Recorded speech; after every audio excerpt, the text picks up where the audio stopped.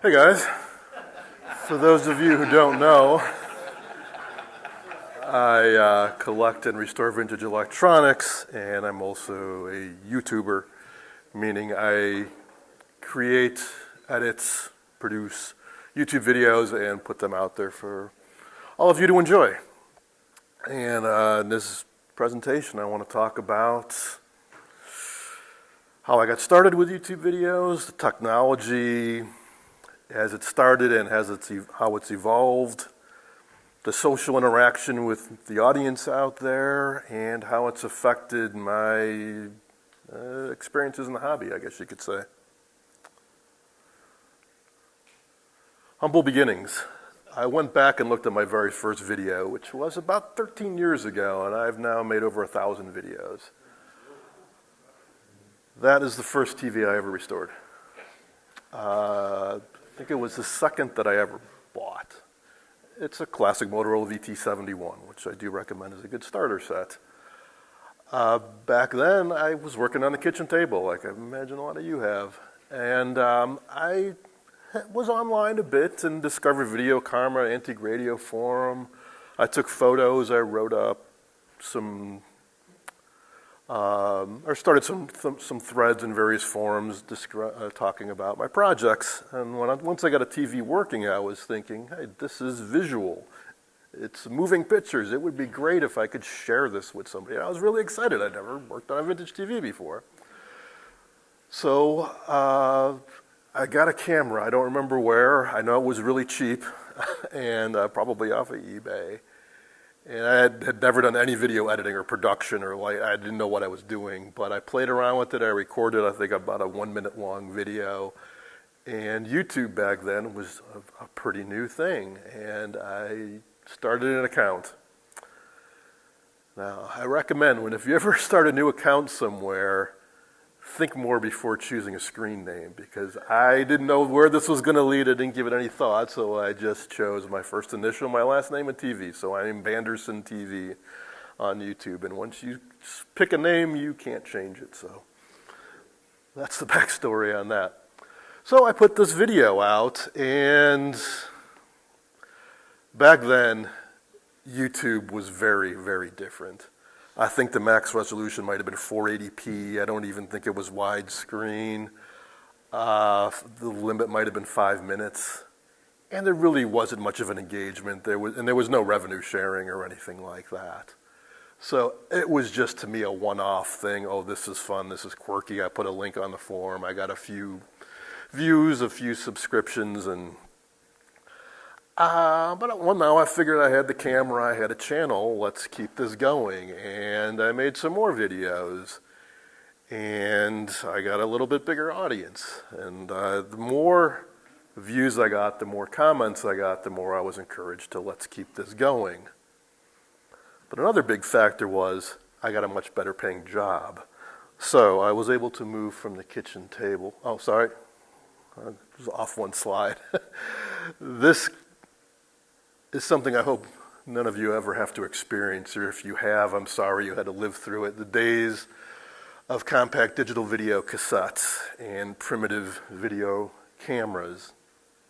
When I started out, I couldn't afford a solid-state camera, so it was recording on the tape, just like a mini VCR, mini VHS tape, and sort of high def, kind of, a little bit better than NTSC. The problem was everything was in real time. So if I recorded a half hour of footage, it took me a half hour to play it back in real time to get it onto the computer. And then I had to edit it and convert it to MPEG. All this took hours and hours. So it was good in a way that YouTube had a lot of limitations on how long a video could be, because I spent a lot of time. And I had to clean heads and rewind tapes, and the tapes would crap out and have to buy more. Also, the cameras were not that good back then, so I got constant criticisms of poor lighting. And if you go back and watch those videos, what I had to tell people again and again was, it's not the lighting that's bad, it's the camera that's bad. I had very bright lights, or at least what to me seemed like very bright lights. And the camera had a built-in light, so that's why so many of my videos look like there's a spot. People would say, why are you working in the dark? Why are you working in a closet? I'm not. I'm in a brightly lit room and the camera's just so lousy. Now back to what I was saying about getting a better paying job, hence the lab. Now, I don't think anybody really get a sense of scale of how small my workshop was. That was in a 10 by 7 room with very high ceilings, luckily, so I could go up. But my back was against the wall while I was making videos and working on stuff. But at least I got better lighting. I got these little hockey puck halogen lights. They were brutally hot, but at least it got better. And I was able to start getting a series of better and better cameras. And YouTube was constantly improving. This would be 2010, 2011, 2012, kind of in that frame, as they started relaxing restrictions. You could make longer videos, you could make higher def, and as you gained subscribers, they would let you make longer videos. At some point, I went to 15 minutes, and they went to widescreen, higher def, and I tried to keep pace and get better cameras. And correspondingly, my audience grew. And I got better engagement from people, and it was a lot of. I made the hobby a lot more enjoyable for me because, after all, we're working on a TV. It's moving pictures, and what better way to share it? Sure, I took a lot of still photos and shared those, but it's hard to get a sense of what it's actually like to watch a vintage TV and a static photo. So that was really instrumental, and also was helpful because guys would watch me and they'd point things out like, oh, you got some ringing on the left side or your linearity's off, because they would watch the videos. And, hey, by the way, my background, I do have a degree in electrical engineering, and I've played around with tube stuff since the early 80s, but I'm a computer programmer by profession these days, and vintage electronics, it's grown to be a big part of my life, but back then it was still just a little side hobby. But I've learned most of what I know from reading and from you all, and from the forums and all the awesome feedback I got. So that was one big thing about YouTube, was not just showing off, but learning and sharing knowledge. Because I love to give back as much as I get. So when somebody would leave a comment, I may thank them in a subsequent video or pass a knowledge. Like, hey, I got this great tip I want you all to know about. Which leads to what I call controlling the narrative. And if you've watched Storage Wars, that's where that shot came from on the left. That's a reality TV show where when people, hopefully this never happens to any of us, if you can't keep up the payments on your storage unit, they auction it off. And the gimmick would be you're not allowed to go inside and look through stuff. You could just, whatever they would open up the gate, whatever you could see, you'd have to bid on stuff. And then you'd find out later what you actually got. I was contacted by, I think it was the History Channel, or no, the Learning Channel. I don't know. All these, what used to be educational channels have gotten so ridiculous with reality TV. They wanted me to be on one of their shows. It was a show kind of like American Pickers, where they would travel around the country and find things, but their gimmick was going to be that the things were broken. So they had this idea that they would go to a pawn shop or something and find an old TV that didn't work. They'd come to my place and go into the workshop, and I'd fix it. Totally rigged. They were going to buy a working TV. They wanted the first thing he asked me was, can you fake a broken TV?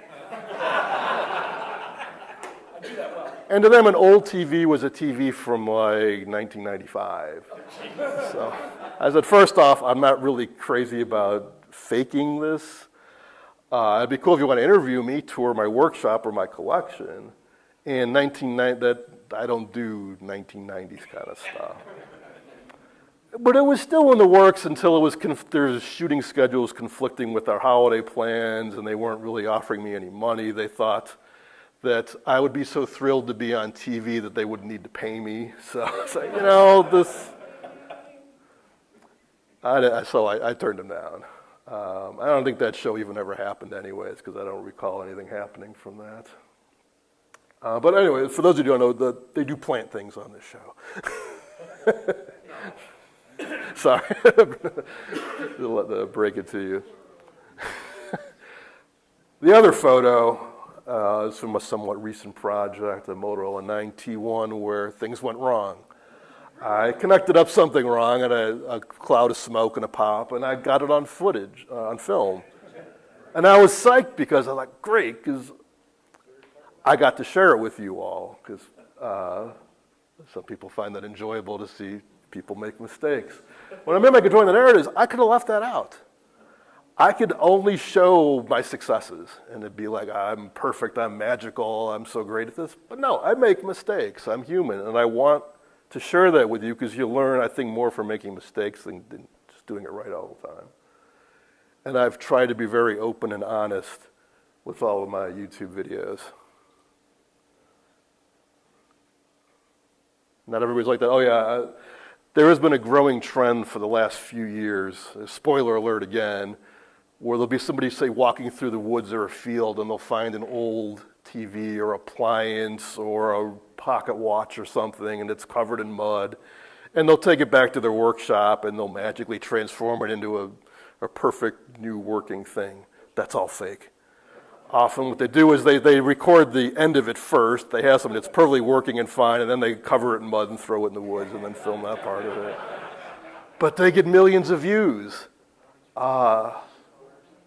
I've been moderately successful. I have about almost 11,000 viewers. It's taken me 13 years to get to that point. The guys that do the fake videos get millions of views. But they can't stay on their pile of money there. Social network. This is something I didn't quite understand the implications of when I started either. I figured I want to share with what I'm working on. Maybe some people will find it interesting. We'll see what happens. I was not quite prepared for trolls. That's what that in the bottom right-hand corner, that's the internet logo for a troll. Or the whole thing about thumbs down versus thumbs up, or all the comments that I'd be getting. You may notice some other YouTubers, I'm not the only one doing vintage electronics, some of the guys don't respond to any comments at all. Some guys turn off comments, or they'll only very sparingly reply to comments. And I totally understand why. It's a bit of a rabbit hole, because if you're going to respond to some, you kind of should respond to everybody, or otherwise you hurt people's feelings. But some of the questions are ridiculous to some extent.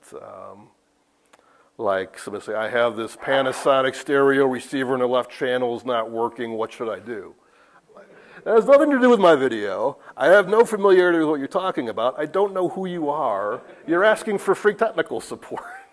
I can't do that. Or people commenting on my appearance. So another bit of history. For the first decade, I didn't show my face. And it wasn't because I was disfigured or I was afraid to show my face or anything. I just didn't want it to be about me. I didn't want to be a celebrity or personality. I thought this stuff was really cool, and I wanted to share it with people. Then I was at an antique radio swap fest, and I ran into, I think he calls himself D-Lab. He's another YouTuber, very successful. Terry Dayton. Yep. Terry Dayton, yeah. And my buddy who was with me recognized him and said, hey, that's Terry, let's go over and say hi. And I didn't know who he was at the time, but I saw he and his wife, and they were walking around with a video camera. I said, oh, it's another YouTuber, you should meet him. So I did, and he ended up interviewing me. And he has a lot more subscribers than I did, and he was giving me some advice, and he said, engage with the viewers. He makes a point of showing himself. He gets his family involved. He cracks open a cocktail before every project. He's charismatic. He always has a glass of wine.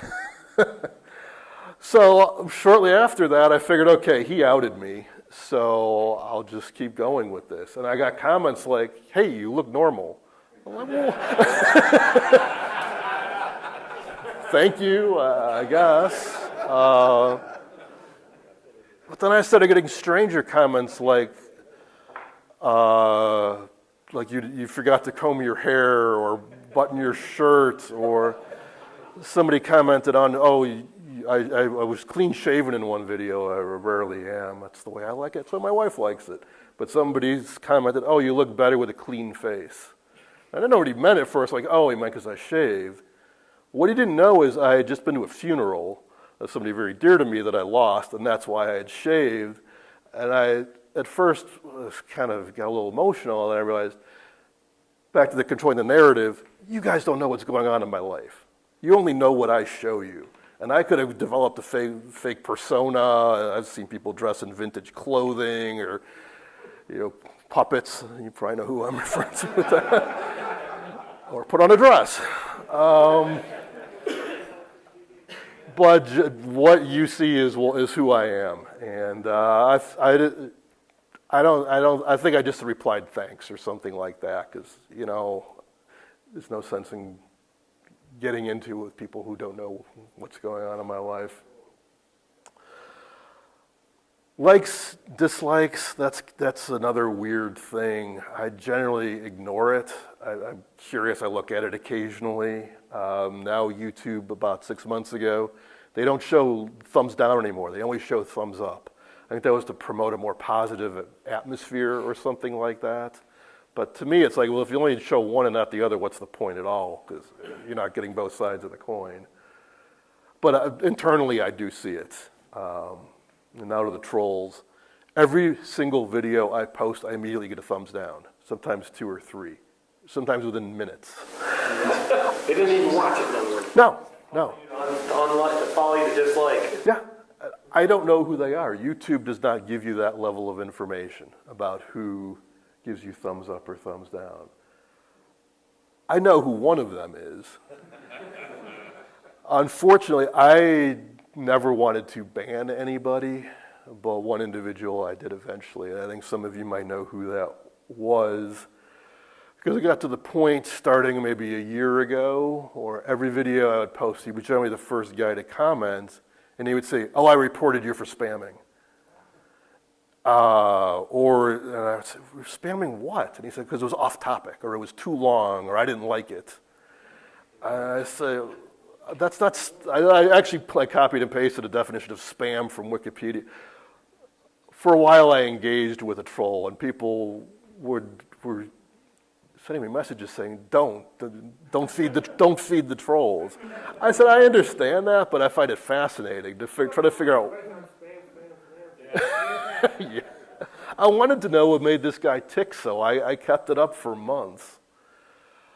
Eventually I had enough, and I reported him for spamming me, and I think, you can't actually block somebody on YouTube. You can report people. So I didn't block him, but I noticed he doesn't comment anymore, so I think YouTube blocked him.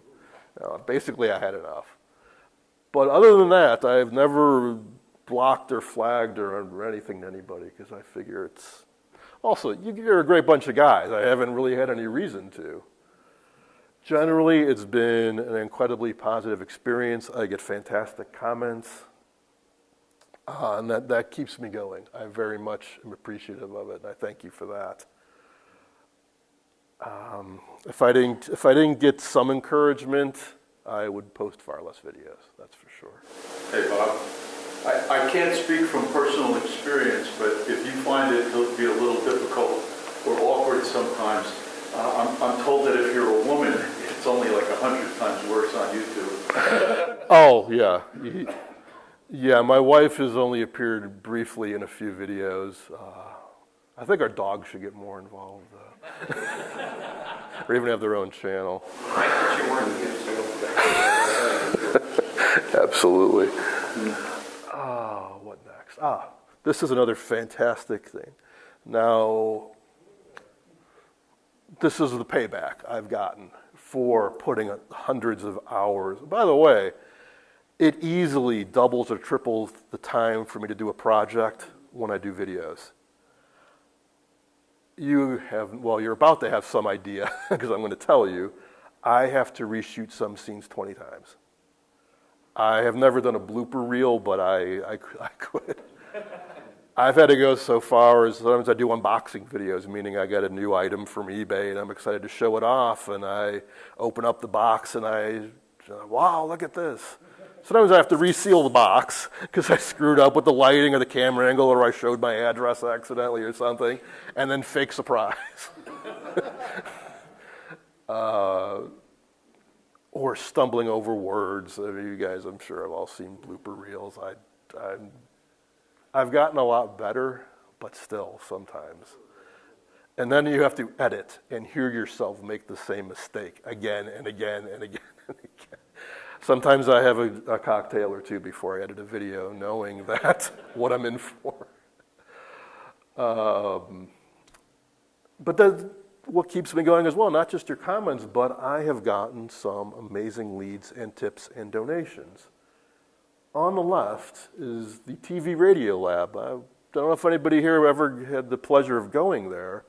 It was in Chicago in the Portage Park neighborhood, on Irving Park Road on the west side. It was there for 50 years maybe. I went there in the 80s. I was lucky enough to have a buddy in high school who was also into vintage electronics, and even more so than I was, and he knew about this place, and I went there with him. I'm sorry, I can't remember the gentleman's name who worked at this shop for many years. He would also go to the Antique Radio Club of Illinois Swap Fest and sell tubes and radios and whatnot. But that was the only repair shop I know of that into the 90s was still fixing and selling tube stuff. He passed away. The whole contents of the shop went up for auction, and I was contacted by an acquaintance of mine, Jim Menning in Wisconsin, and he said, hey, I got the rights to this place. I took what I want. You're welcome to come in and take whatever you want. That's where I got a full set of Riders TV manuals, thousands of tubes, SAMs, found a 7JP4 in a pile of garbage. I went back there again and again and again, maybe for 10 carloads of stuff. And that's after it had been picked over by a guy who took truckloads out of the place. I can only imagine the kind of stuff he got out of there. But that was one tip. On the right is a more recent one where I was given all those sets. I've been looking for a Philco 48-1000 for 10 years, and now I got one for free. And a beautiful Spartan TV in the foreground I can't wait to get to. All the sets were in great condition. And that was from somebody I didn't even know. He just contacted me on YouTube, said, I've been watching you for years. A buddy of mine, I think either passed away or just got out of the hobby. And he said, hey, I got a bunch of TVs. If you want them, they're yours. Which was fantastic. And I can't wait to get to these sets, and you will be seeing all of them. How many sets do you have? I can't give you an exact number because I don't have it. Ballpark 200. These older videos were done when I was single in an apartment. Now I own a house, but most of my TVs are in storage, which is not quite how I saw things going. Did you ever even know you had all those TVs? Yes. Yeah, good guy. Oh, yeah, no. The guy that introduced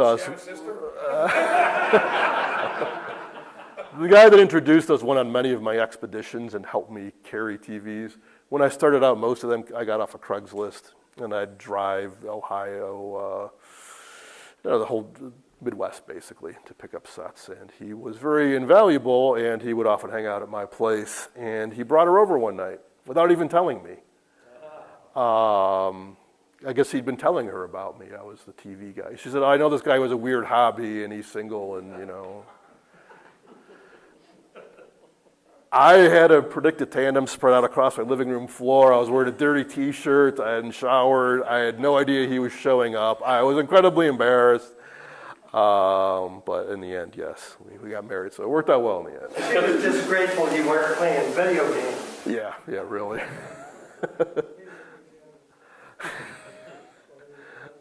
How many TVs I have. When we moved from the apartment to the house, I got a storage unit to put them all in there to get them out of the way while we moved, thinking I'd be bringing most of them to the house. That never happened. Because the house is actually, as my wife said, I don't want to live in a museum.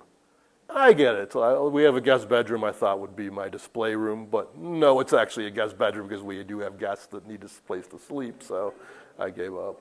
Also, having 2 dogs, I did put some things out, and some things have been damaged, so part of it is I don't want some things out on display because I want to protect them. My goal, though, I do not consider myself to be that much of a collector. I find the most pleasure in finding things, researching things, and fixing things. Then I'm fine with selling it or trading it to somebody else. I want to, most of those 200 sets, I want to go to somebody else at some point. This is my first time here. It's been a really great experience. I may very well bring a carload of sets next year to buy, sell, trade, whatever. Because, you know, as one gets older, one has to be realistic that you're not going to have time to do everything. And other things are more important, as much as I enjoy it. So yeah, I'm at the point now where I really have stopped looking for sets. But I was also incredibly lucky. I got into the hobby mainly in 2009, 2010. Almost every week there was something on Craigslist for me to go check out. It's been really dry for the last decade or so. Some of the stuff. Philco 37690, any of you know what that is? Maybe the finest radio they ever made. I got one for $50 off of Craigslist. They were asking 100, and I was at work, and I called my buddy who was good at negotiating, and he went over there, and he said, oh, I talked her down to 50. I was like, I would have been fine paying her 500 for it. But 50, great. And that is one of many sets that I have yet to get to, but I'm getting ahead of myself, speaking of getting ahead. Let's switch topics for a moment. Revenue. I am not getting rich off of YouTube by any stretch. In the early days, you had to be like an affiliate to even get anything. You had to have a partner. You had to have a certain threshold. You had to have sponsors. They stopped that 8 years ago or so, and they said anybody could upload videos and everybody would get a taste of the money. They then realized that maybe that went too far, and they ratcheted it back. I think you have to have at least 1,000 views or a certain number of subscribers before you get anything. And you don't get much. I'll just tell you, the current month I'm making $80. 80. 80. On a better month, maybe 200. And that's by me using the default options to allow skippable videos at the beginning and at the end. I once accidentally put on the option to have non-skippable videos and insert videos during the program. I got a lot of unhappy comments on that. But I did make more money. The only way you can reach anything like a living wage is you have to have sponsors. And you have to kind of sell your soul. I'm sure you've all seen YouTubers who will break character and say, yeah, I want to thank Squarespace for sponsoring, or product placements, product reviews, that kind of stuff. I don't want to do that. Plus, what am I going to plug? I mean, Diet Coke, I could drink one in the video or something. No, but if somebody was making tubes, sure, but maybe some tools would be applicable, I don't know, or refinishing supplies. But yeah, where I'm at, no. I'm not going to be retiring on my YouTube channel, that's for sure. But as a case, any of you were thinking about this, get dabbling in it. It's so much easier now. I'm sure most of your phones are capable of recording high-def video. Anybody can get a YouTube account. They're free. You just have to, sign up with Google and give them some of your info. Just free editing software. It's all pretty easy to even have some editing software on YouTube if you care to use it. It's hard to build up an audience. There are copycats. I shouldn't call them copycats because I don't know some of these individuals, but there are other channels that are eerily similar to mine. There have been videos where I thought I was watching one of mine, but no, because they bought the same equipment and they're working on one of the same sets that I did and using some of the same parts, but I don't know who they are. I mean, I know them, I know their screen name or whatever, but I don't know them personally. But then I'll look at they may have 100 subscribers, they may have 50 views. So again, I thank you for all your support through all the years, because it is hard to build an audience, especially when it's in an obscure hobby. Or like Shango, I'm sure a lot of you know, if I blew up some TVs, I think I would get more viewers.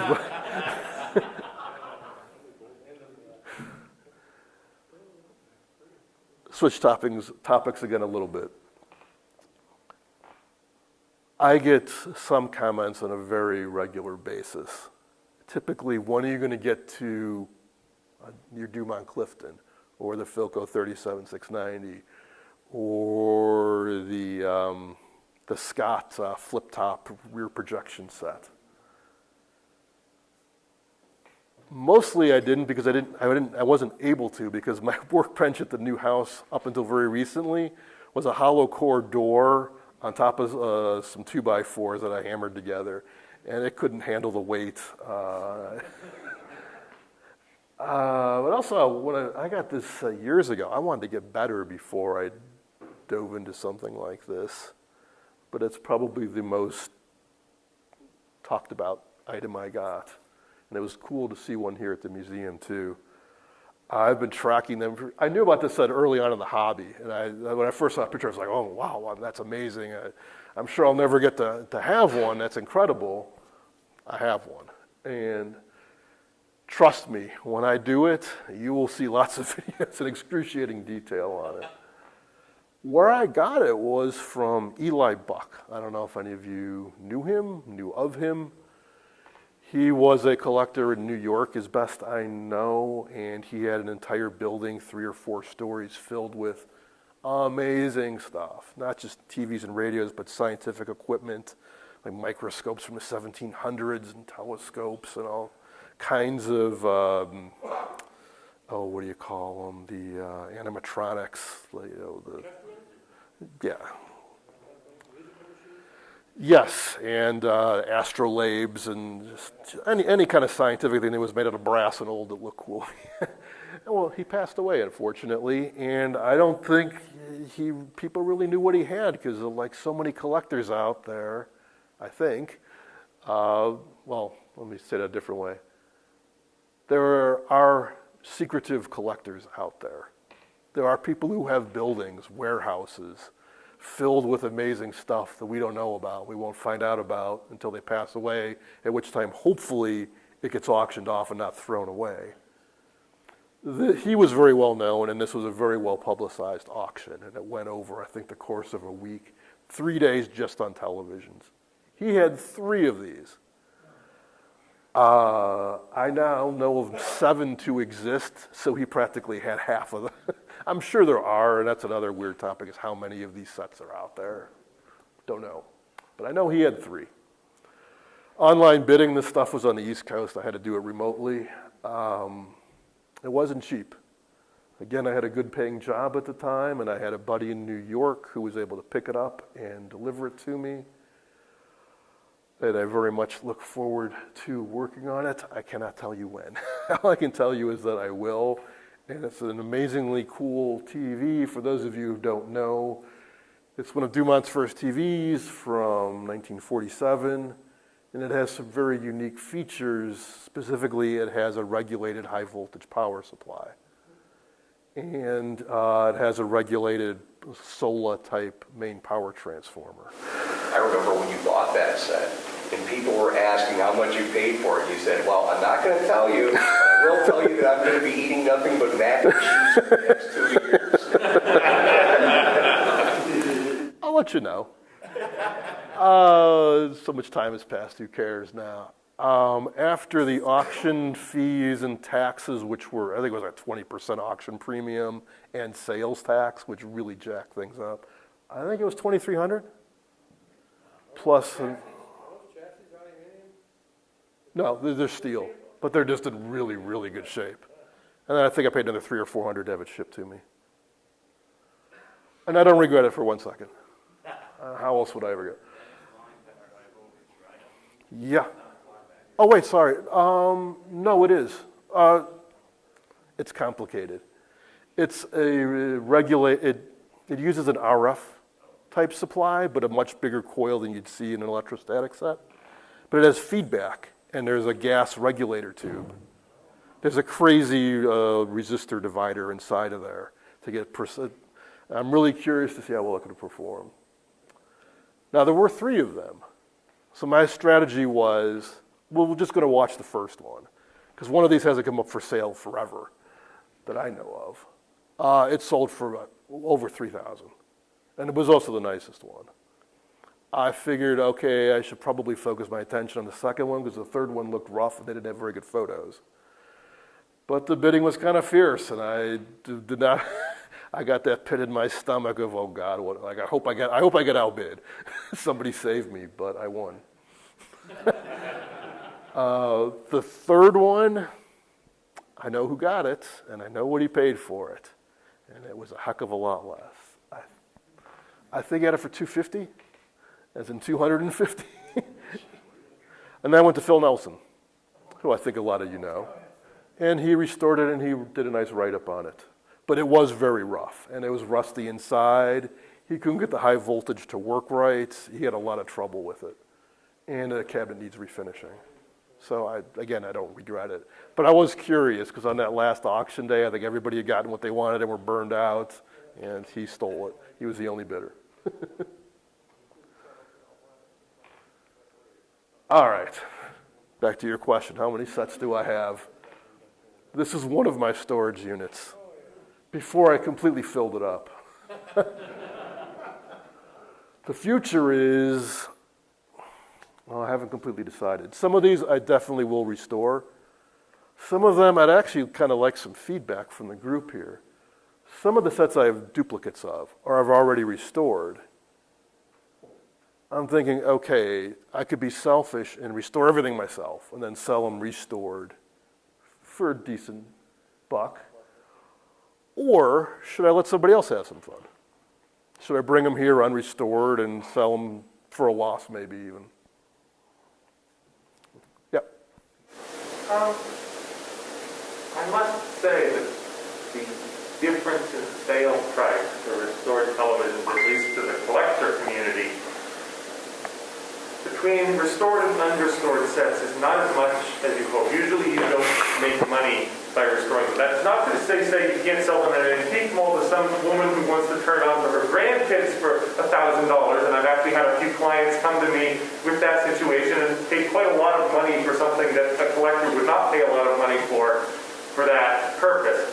But if you're interested in selling them back to this group, if I were you, I would not put the time and money into restoration. Oh, yeah, no, for sure. Very good advice. You know, because Question, do you have any kids? no. Because if you do, you might want to say something. Hey, we're in college. Yeah, no, my wife and I decided not to have kids ages ago, and both, by the time we got married, we were pretty much beyond kid age anyways.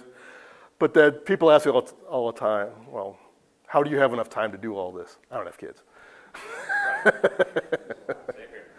Oh, yeah. I also have a fantastic job situation right now where I've been working at home for 2 years, and it's a small company, and I could probably work there into my 80s if I wanted to.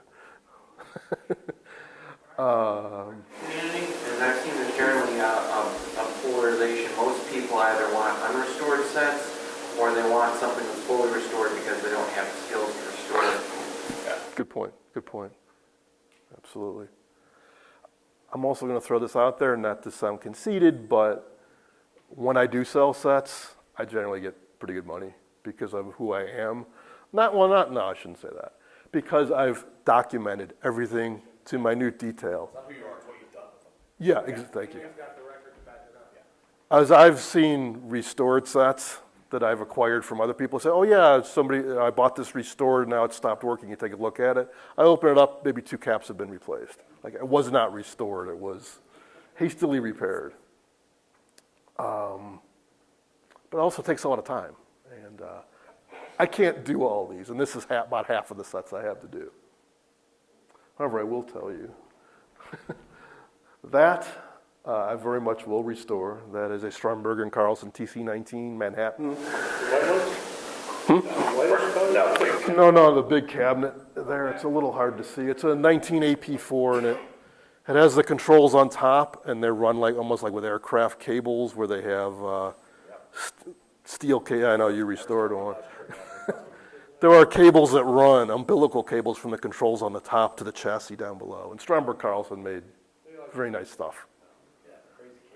I want to restore one of the Hoffman Queasy Vision sets in the foreground with the green filter.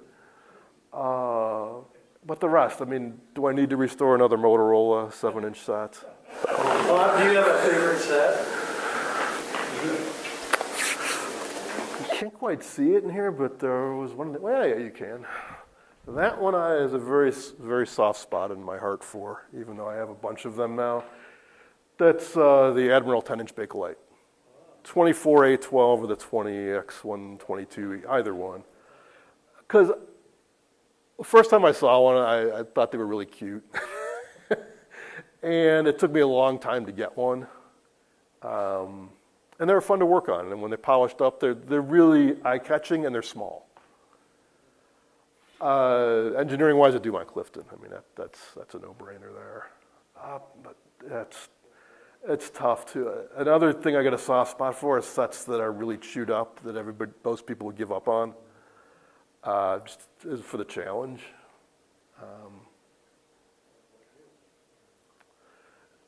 It's not Predictus. Which I don't tell you. Is your storage facility climate controlled? It is, and that was a key factor in me choosing it. Yeah, it's been great. It was a brand new facility when I got my spaces there, and nobody has messed with anything, and it's very nice and clean. I had to make some decisions early on about limiting the scope of what I was going to work on. I do have two. Both came from Doug Harland, if any of you are familiar with that name. He is a master at estate sales, of finding sets that look like they're brand new. He did, and I understand why. He lives in my area. I know him. I think he has better things to do right now with his life. Oh yeah, I'm in Chicago, northwest corner, and Doug's out in the western burbs. But he still goes to estate sales. He still finds amazing sets, and he sells them very inexpensively to the right person. I don't think he would sell it to just anybody, but he knows that I'm going to restore it and take care of it, so he practically gives them away to people. So I do have a Zenith color roundy, but one of the last ones they made, not particularly rare or anything, and it works fine on the original parts, so I haven't seen any real urgent need to restore it.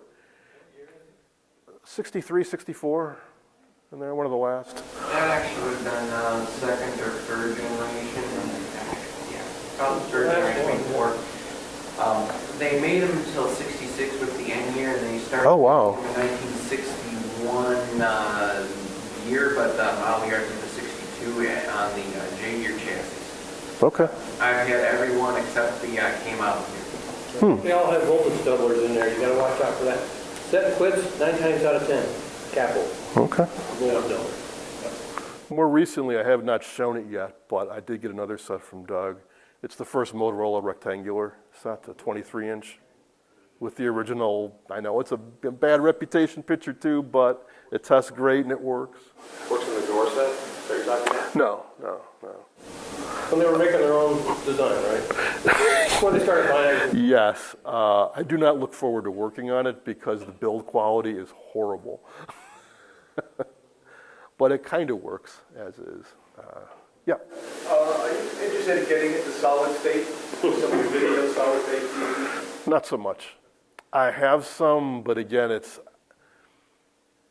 I have a large, I've accumulated a large store of spare tubes, and I have an inventory of resistors and capacitors, all for tube stuff. For me to also build up a supply of lower voltage semiconductor stuff, I think it's too much.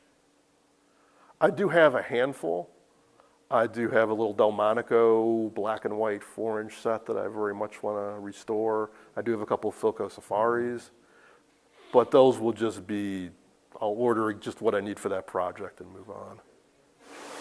You talked about some of the chewed up sets. How far do your woodworking skills go, and how far will you go to restore that part of the set? Okay, good question. Recently I did a mech where somebody had taken an orbital sander, it looks like to me, and went over it, and on every single surface managed to go through the veneer down to the plywood. I can re-veneer it. I'm confident enough to do that.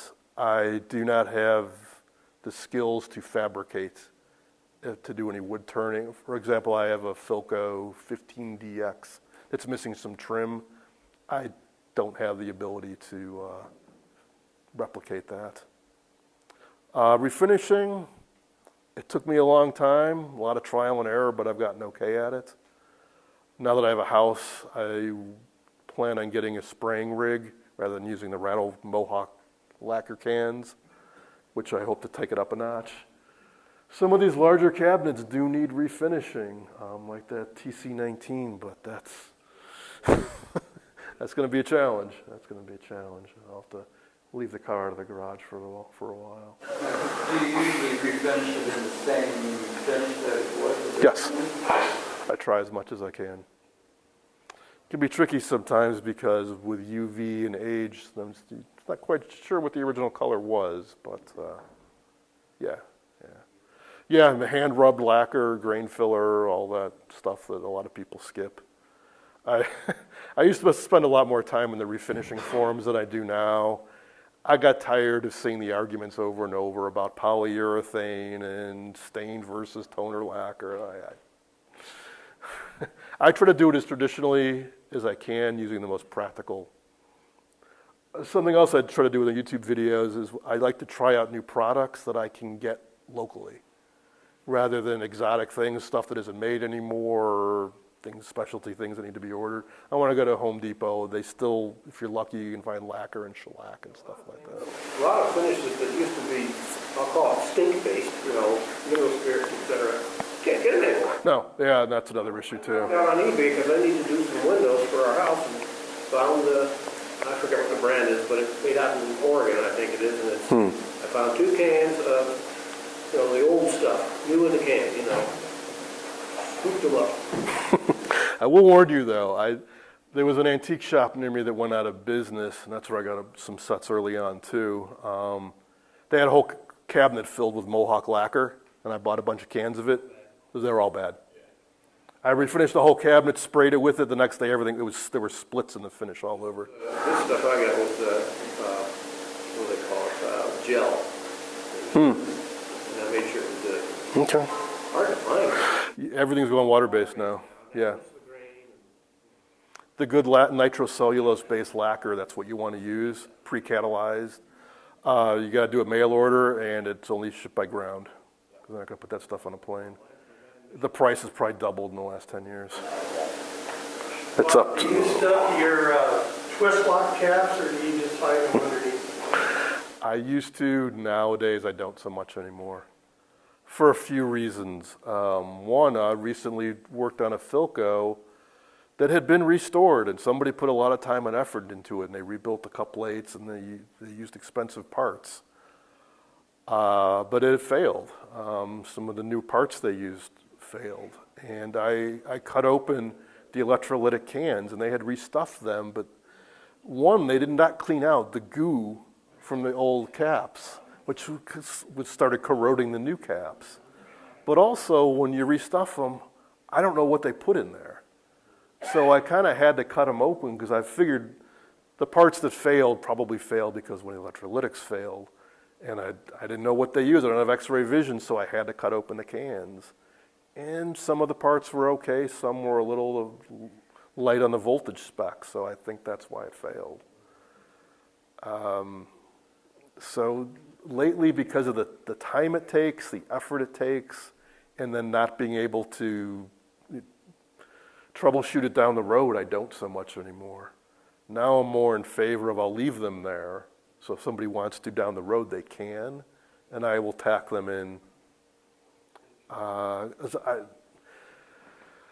It's something I've struggled with over the years, like I think a lot of restorers have, is like the bright yellow axial caps. Yes, they're jarring. They don't look anything like the originals, but they are nice to work with. They have nice long leads. You can plop them in. You can get them fairly expensively. It's hard to get axial electrolytics, so it's kind of a balance of what's practical, what's reliable, what can I get.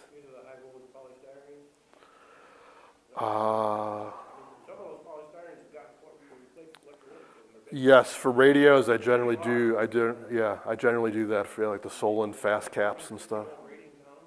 Yeah. I generally try to use the best quality parts I can afford, and I generally don't restuff. Another issue with the social engagement. Everybody's got an opinion. Everybody's always telling me I'm doing something wrong. No matter what I do, somebody's not going to be happy with it, so I tended to just start tuning people out. I recently restuffed a set. I did everything, the electrolytics, the paper caps, everything, because every few years I like to do that just to kind of share how it can be done, and to just try myself. Like I got some tips on some new techniques to use. I wanted to try them out. Immediately, I was pounded by people. That's stupid. It's a waste of time. Nobody looks under the chassis. Why are you doing it? And I even went so far as like, hey, I recorded a video segment explaining I'm just doing this to illustrate how it can be done. I still got people telling me I was wasting my time and it was stupid. All right.